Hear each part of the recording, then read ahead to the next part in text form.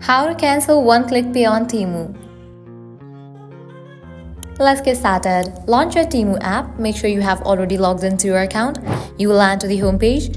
First up, you can select any of the item that you want to purchase and add the item to the cart. So I'm gonna select this one item. Once we're done selecting the item, you can head over to the cart section and check out. Once you land to the checkout page, you can fill your shipping address, likewise select the shipping method. Then scrolling down, you're gonna see the section of payment method.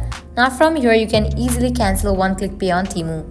If you have enabled the feature one-click pay, it's gonna appear over here. You just have to click on it and then remove it.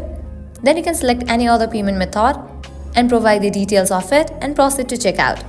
So this way you can easily cancel one-click pay on Temu. This was really simple and quick process. At the end, if you guys find this video helpful, don't forget to like, share and subscribe to our channel. Thanks for watching.